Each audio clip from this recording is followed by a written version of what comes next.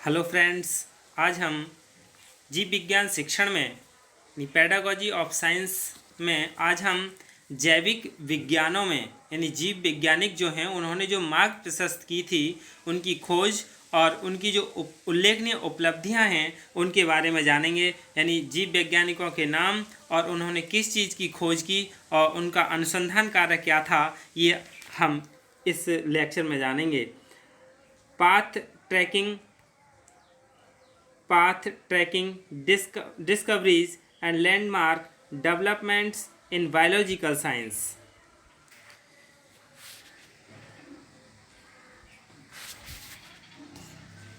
जीव विज्ञान यानी विज्ञान की सदैव ही इच्छा रही है कि व्यक्तियों तथा समुदायों को अपने वातावरण तथा प्रकृति से भली भांति तालमेल रखने और यहाँ तक कि उन्हें अपने काबू में रख अपनी सुविधानुसार उनका उपयोग कर सकने की क्षमता उसमें उत्पन्न करें। यानी विज्ञान की यही इच्छा रही है कि वो समुदाय और वातावरण जो है प्रकृति वो अपने तालमेल के अनुसार या अपने अनुसार काबू में रख सकें। और यही कारण है कि मनुष्य ने कभी प्रकृति से हार नहीं मानी और अपने जीवन को सभी तरह से आरामदायक एवं सुखपूर्ण बनाने के प्रयास किए। कहना न होगा कि उसके इन सभी प्रयासों के पीछे उसके द्वारा की गई वैज्ञानिक खोजों तथा आविष्कारों की काफ़ी महत्वपूर्ण भूमिका रही है। इस तरह के मानव की प्रगति और विकास का इतिहास एक तरह से वैज्ञानिक प्रगति तथा विकास के इतिहास का ही दूसरा नाम है। इस तरह की प्रगति इस प्रगति के पीछे इस तरह असंख्य खोजों यानी बहुत सारी खोजें और अविस्मरणीय वैज्ञानिक उपलब्धियों का योगदान रहा है। यहाँ हम जीव विज्ञान और उनके जो खोज हैं उनके बारे में जानेंगे।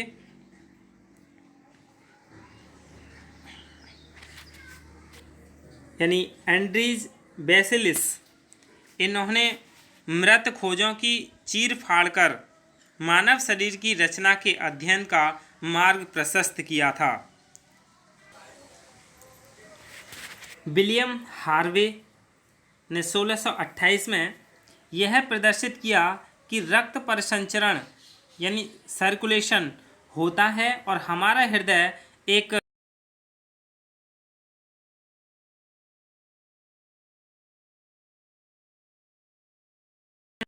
हेलमोंट ने प्रदर्शित किया कि पौधे भूमि से अपने जीवन के लिए आवश्यक अवयव प्राप्त करते हैं। 1665 ईस्वी में रॉबर्ट हुक ने पहली बार कार्क का सूक्ष्मदर्शी यंत्र से निरीक्षण करके उसके अंदर पाई जाने वाली कोठरियों या विभागों की सेल यानी कोशिकाओं का नाम दिया। तो सेल की खोज, कोशिकाओं की खोज किसने की? रॉबर्ट हुक ने। 1668 ईस्वी में फ्रांसेस्को रेडी ने प्रदर्शित किया कि सड़े हुए मांस को अगर मक्खियों से बचाकर रखा जाए तो उसमें तुरंत ही कीड़े नहीं पड़ते। सड़े हुए मांस को अगर मक्खियों से बचाकर रखा जाए तो उसमें तुरंत ही कीड़े नहीं पड़ते। 1672 ईस्वी में मार्सेलो मालपिधी ने सूक्ष्मदर्शी निरीक्षण के आधार पर इन्होंने यह खोज की कि कोशिकाओं यानी कैपिलरीज के माध्यम से सिराएं तथा धमनियां जो आर्टरीज एंड वेंस होती हैं जुड़ी रहती हैं। 1673 ईस्वी में एंटोनी वॉन ल्यूवेनहोयक ने इनके द्वारा सूक्ष्म जीवों के निरीक्षण हेतु पहली बार सूक्ष्मदर्शी यंत्र का उपयोग किया गया। यानी सूक्ष्मदर्शी यंत्र का उपयोग किसके द्वारा किया गया? सबसे पहले एंटोनी वॉन ल्यूवेनहोयक के द्वारा। सन 1700 ईस्वी जॉन रे बहुत से पौधों का नामकरण किया तथा फूलदार पौधों को मोनोकॉट्स यानी एक फूल के एक ही फल तथा डिकॉट्स एक फूल के एक से अधिक फल के रूप में वर्गीकृत किया जॉन रे ने। सन 1735 में कैरोलस लिनियस ने जीवधारियों के नामकरण हेतु बाइनोमियल प्रणाली का आविष्कार किया। 1772 ईस्वी में जोसेफ प्रीस्टले ने प्रदर्शित किया कि पौधे एक ऐसी गैस की उत्पत्ति करते हैं जिनकी पशुओं यानी मनुष्य सहित को ज़रूरत होती है। जोसेफ प्रीस्टले ने सन 1779 ईस्वी में जैन इंजन हॉज ने घोषणा की कि पौधों के हरे भाग को सूर्य के प्रकाश संश्लेषण तथा वायु के शुद्धिकरण के लिए आवश्यक होती है। ये पौधे का हरा भाग है वो सूर्य के प्रकाश संश्लेषण तथा वायु के शुद्धिकरण के लिए जरूरी है। ये जैन इंजन हॉज ने बताया था। एडवर्ड जेनर ने 1796 ईस्वी में प्रदर्शित किया कि गायों में होने वाली चेचक के टीके यानी वैक्सीनेशन से मनुष्यों में होने वाली चेचक स्मॉल पॉक्स का निरोध किया जा सकता है यानी रोका जा सकता है। सन 1809 ईस्वी में जीन वी लेमार्क ने विकासवाद सिद्धांत की पुष्टि करते हुए बताया कि अर्जित विशेषताओं या गुणों का पीढ़ी दर पीढ़ी हस्तांतरण होता है। यानी लेमार्क ने क्या बताया था कि जो विकासवाद का सिद्धांत की पुष्टि की थी उन्होंने, और अर्जित विशेषताएं जो हैं या गुण हैं वो पीढ़ी दर पीढ़ी हस्तांतरित होती रहती हैं यानी ट्रांसफ़र होती रहती हैं। 1810 ईस्वी में निकोलर फ्रांकोस एपार्ट ने वायुरोधक बंद डिब्बों में भोज्य सामग्री के संरक्षण संबंधी खोज की थी, जो कि आज के समय में जो बंद डिब्बे हैं उनमें भोजन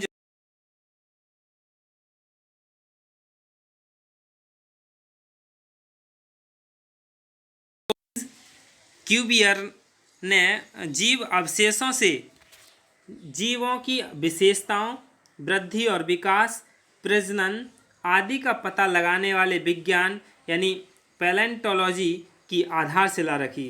तो पैलेंटोलॉजी की आधारशिला किसने रखी थी? जॉर्जिस क्यूबियर ने।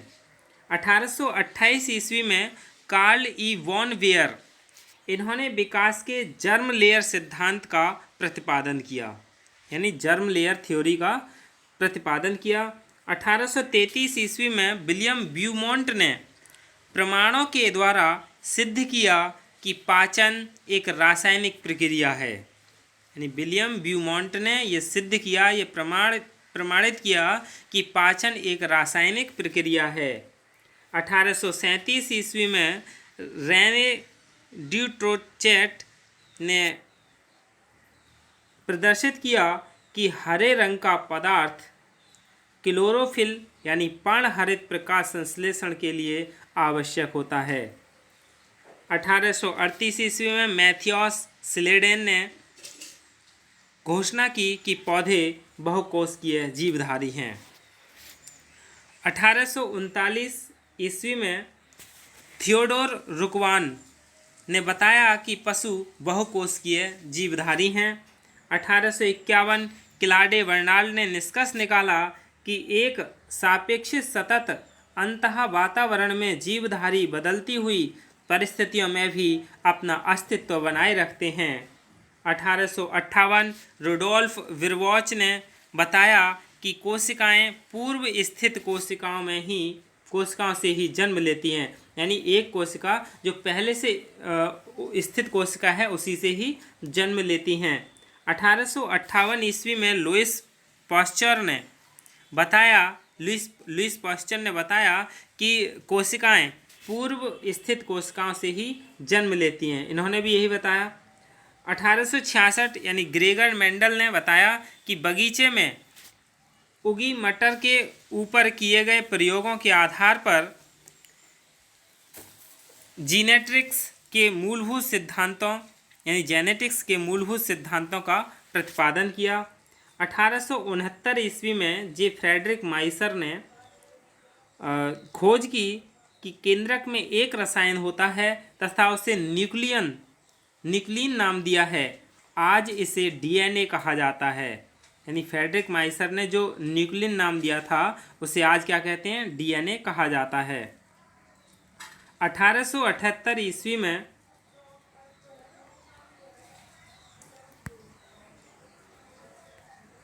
1878 ईस्वी में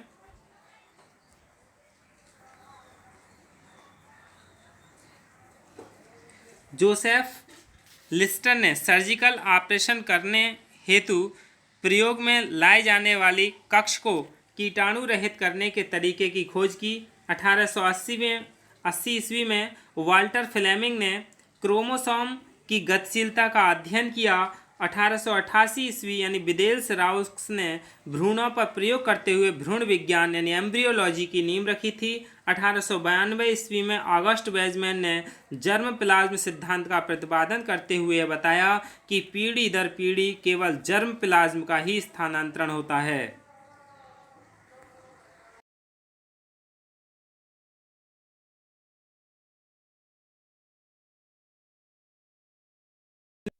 यीस्ट से एंजाइम्स को विकसित कर उनका फर्मेंटेशन के लिए प्रयोग किया। 1900 ईस्वी में वाल्टर रीड ने येलो फीवर के विषाणु यानी वायरस मच्छर के द्वारा संक्रमित होते इस बात की खोज की। 1901 ईस्वी में सैंटियागो रोमोजी काजल ने बताया कि न्यूरॉन सिनेप्सेज के द्वारा अलग किए जाते हैं। 1902 में वाल्टर एस सुट्टॉन यानी थियोडोर बॉबरी ने बताया कि जीन्स क्रोमोसोम में स्थित होते हैं। 1902 ईस्वी में William M Bayliss H Starling ने बताया हार्मोन के स्रावण यानी सिक्रेशन का प्रदर्शन कर एंडोक्रिनोलॉजी की नींव रखी। 1903 ईस्वी में कार्ल लैंडस्टीनर ने AVO ब्लड टाइप की खोज की थी यानी AVO ब्लड टाइप की खोज की थी कार्ल लैंडस्टीनर ने। 1905 ईस्वी में पॉल इहरलिच ने सिफिलिस के उपचार हेतु सबसे पहली एंटीबायोटिक औषधि सेल्वार्सन की खोज की थी। 1909 ईस्वी में विलियम बेटिसन ने जेनेटिक्स पद का सबसे पहले उपयोग किया था। 1910 ईस्वी में थॉमस एच मॉर्गन ने ड्रोसोफिलिया के ऊपर किए गए प्रयोगों के आधार पर घोषणा की कि प्रत्येक जीन किसी एक विशेष क्रोमोसोम पर स्थित होता है। 1914 रॉबर्ट फ्यूलजेन ने प्रदर्शित किया कि क्रोमोसोम में DNA होते हैं। 1920 यानी क्लेरेंस वर्डसेई ने बताया कि भोज्य पदार्थों को शीघ्र ही फ्रीज करने का तरीका विकसित किया। यानी 1922 सर फ्रेडरिक वेंटिंग चार्ल्स वेस्ट पैनक्रीज में इंसुलिन को पृथक किया। और 1927 हार्मर जे मिलर ने सिद्ध किया कि एक्सरे किरणों यानी एक्सरेज से म्यूटेशन होते हैं। 1929 में सर अलेक्जेंडर फ्लेमिंग ने कुछ जीवाणुओं पर पेनिसिलिन के प्रभाव संबंधी खोज की।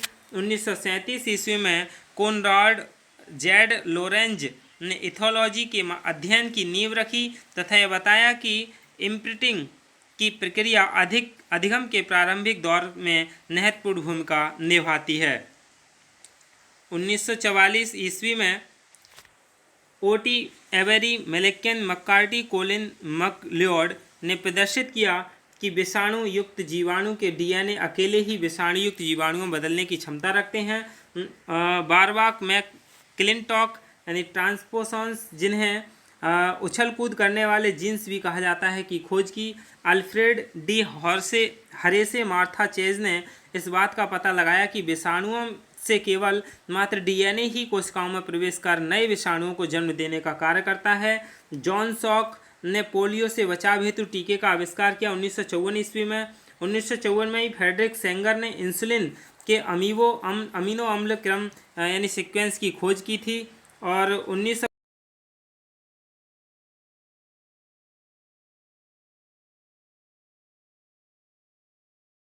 क्रोमोसोम्स की खोज कर उनकी संरचना के बारे में बताया। और डे ड्यूवे ने लाइसोसोम का अध्ययन कर उन्हें यह नाम दिया। चार्ल्स डार्विन ने अपने विकासवाद सिद्धांत के समर्थन में प्रसिद्ध पुस्तक ओरिजिन ऑफ स्पीसीज का प्रकाशन किया। 1961 में मार्शल डब्ल्यू नीरेनबर्ग, जे हेनरिक मैथेई और फिलिप लेडर ने डीएनए कोड को तोड़ने वाले सिंथेटिक आरएनए का उत्पादन किया।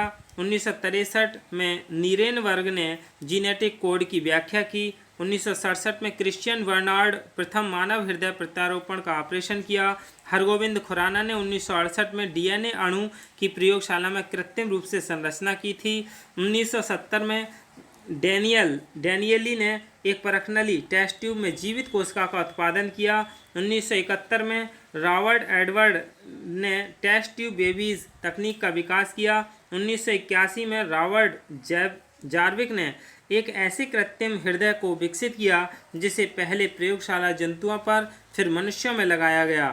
और 1985 में रॉबर्ट सी गैलो लेक मोंटाग्नियर ने यह प्रदर्शित किया कि एड्स जो है तो रेट्रोवायरस से पैदा होता है। 1989 यानी Sidney Altman Thomas R Cech ने बताया कि दोनों ने स्वतंत्र रूप से इस बात की खोज की कि कुछ आरएनए अणु एंजाइम्स के रूप में भी कार्य करते हैं। 1996 में डॉन वॉल्फ ने बंदरों के क्लोनिंग संबंधी कार्य किए। और 1997 में यान विल्मट एक भेड़ जिसे डॉली नाम दिया गया का क्लीन विकसित किया था। 1998 में जॉर्ज एवं चार्ली ने सर्वप्रथम एक क्लोन किए हुए बछड़े के जन्म देने में सफलता प्राप्त की। और 1999 में एरिक स्चन एवं इयॉन विल्मट ने यह पता लगाया कि डॉली के जीनेटिक रूप में 2 माताएं हैं। और 2001 में US department of energy and national institute of health ने इनके द्वारा वर्ष 1990 में एक मानव जीनोम प्रोजेक्ट शुरू किया गया। इसका उद्देश्य मानव यानी डीएनए में लगभग 30,000 जीन्स का पता लगाना है तथा उन 3 बिलियन रासायनिक युग्मों के क्रम को निश्चित करना है जो मानव डीएनए के निर्माण के लिए उत्तरदायी है। यानी यही क्या है, जैविक विज्ञानों में मार्ग प्रशस्त करने वाली खोजें तथा उल्लेखनीय उपलब्धियां हैं। धन्यवाद।